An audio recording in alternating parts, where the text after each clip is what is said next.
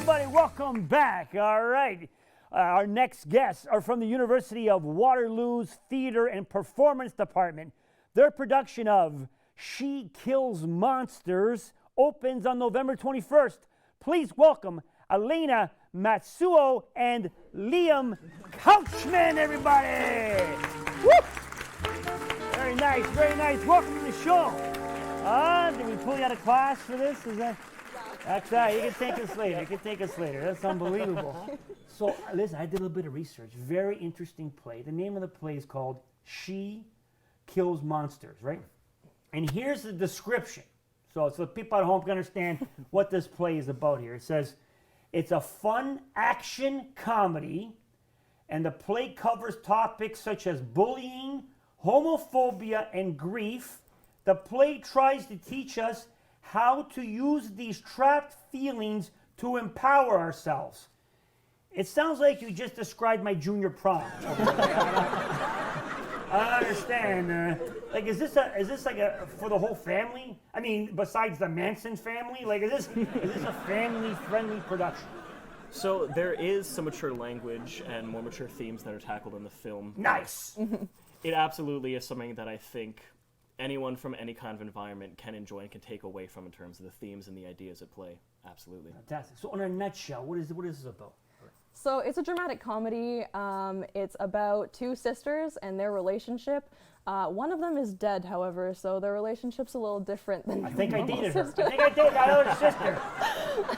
Oh, that's ghosting. That's something else. Sorry. So one of them is dead. So their relationship is sort of explored through this world of Dungeons and Dragons. The board game. Yes, the tabletop role-playing game.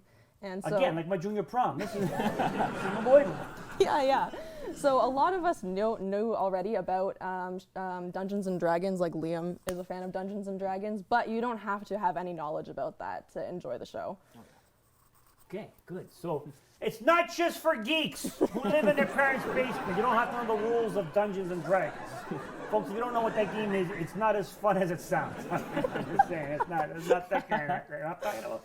Anyway, that's fantastic. So what role do you play? The dead sister. You got no lines. We got the one that got no lines on the show. No. I play two roles, actually. I get to be a fairy, a homicidal fairy, and a homophobic demon cheerleader. So some pretty fun roles. Yeah, that's unbelievable. And yourself? I get to play a lazy slacker, gay demon overlord of the underworld. Now, this actually, I did a little bit of research, honestly, and this is actually, you probably don't know this, but this play was banned at a high school. Did you know that? Yeah. Yeah, someplace in the United States. For those people who are watching this, just so you know, I don't know if you changed your clocks back, a little bit off topic. Folks, if you forgot, this month we changed our clocks back 60 minutes. If you're driving through the southern part of the United States, you can change your clock back 60 years. So, but yeah, apparently they banned this. Why? Why did they ban this? Do you know why? Well, I think one of the biggest contributors is that there's still such a prevalent culture of homophobia and anti-queer rhetoric that's present, especially in the States, and even to an extent in some places in Canada. It's still a very real thing that many queer people, and especially many young queer people in high school and in elementary school, that they still have to grapple with. Right. Mm-hmm. If somebody went to this play, what's the one thing you'd want them to walk away with? Like, what's the one thing what would be the best compliment as they're walking out of the theater? Was there? Like, hey, it's better than Cats. God, I hope so. I really hope, on the fun side of things, I hope that they enjoy our fight choreography, because we do have a 6-minute fight scene. 6-minute fight scene. Yeah. Again, like my junior prom. This is, I gotta copyright this. This is 6-minute fight. How many characters? 10 characters in that fight. That's something. Mm-hmm. But on a more serious side, I do hope that people realize perhaps how hard it is for queer people growing up and discovering themselves. And perhaps for our high school viewers, they might sort of be able to grapple with that a little bit easier themselves. Because it takes place at a high school. Yes. Yeah. Like a lot of do you rely on your high school experience? Like you haven't been at school that long. Like you guys look like I got stuff in the fridge older than you guys.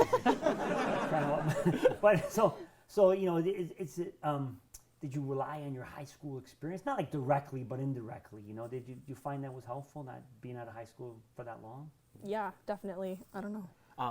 Absolutely myself, in terms of how I got in touch with the play. Growing up queer in my own high school and grappling with my own identity, I found myself relating a ton to the narrative that's told and the journey that our protagonists go through, and I found myself drawing on my own experiences to get in touch with what the play represents. So that's interesting. I understand that you're not a theater major Yes. because you like to eat and maybe you have a job and you love your parents. I don't know, something like that. Yeah. But you major in math. I do, yeah. Yeah. Statistics specifically. That's good because we need that in Canada because I think statistically 10 out of 9 people can't do fractions. So your own personal experience, you can see that in the character that you play? Or Not in the play necessarily in general? in the play in general. My character is quite unabashedly confident in his own sexuality, as are many of the characters in the Dungeons and Dragons world within the show. But in terms of getting in touch with with just the themes of the play, I found myself drawing on my own experiences as a queer person in high school. And you are also not a theater major. No. You're majoring in what? I'm in a program called Knowledge Integration, which is not super well known. It's a very small program, but it is interdisciplinary. So people in that program are encouraged to explore the things that are interesting to them and find connections between different disciplines. So I'm actually minoring in gender and social justice, and this theater element is a way for me to express myself, but also apply some of that knowledge. I also went to the University of Waterloo. Mm-hmm. Best 6 years of my life. I majored in registration mostly, but are they still talking about me there? You ever know? Can't say I know. I actually majored in interdisciplinary study as well. Oh, really? Yes, I majored in psychology and agriculture, which means I'm perfectly qualified to raise pigs' self-esteem.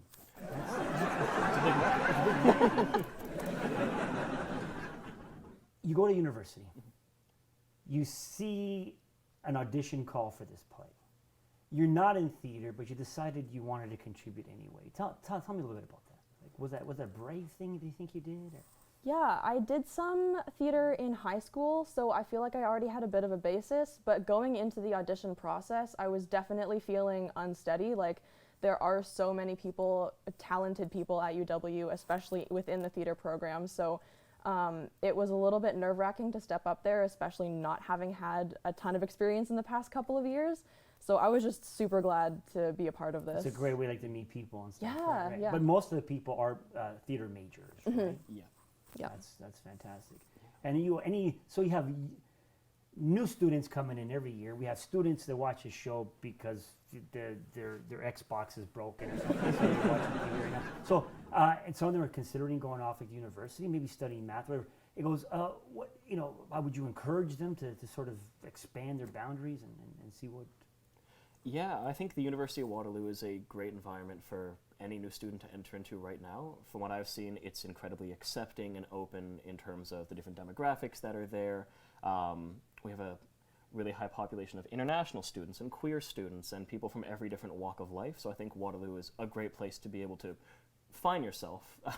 As cliche as it sounds, I know that definitely happened to me when I came to university. That's awesome. That's a And great the programs start. there are top notch as well. Like, I've loved studying math there. It's been a great experience, and being able to enter into theater, something I never thought I'd be able to explore, was an opportunity that I only really got because I was able to go to Waterloo. That's fantastic. That's great. And the best part about this play is it's not a musical. It's gonna be good. That's good. All right. So the play it opens on November the 21st. You can Google University of Waterloo She Kills Monsters for tickets details. Does anybody want to say hi and thanks? Anybody you want to give a big credit to out there for putting this play together? Anybody? David? No, it's all about them. It's all about you. It's all the time we got. We don't got time for your thank yous. All right, till next time. Thanks for joining us. Remember, I love you and nobody else, but just not tonight.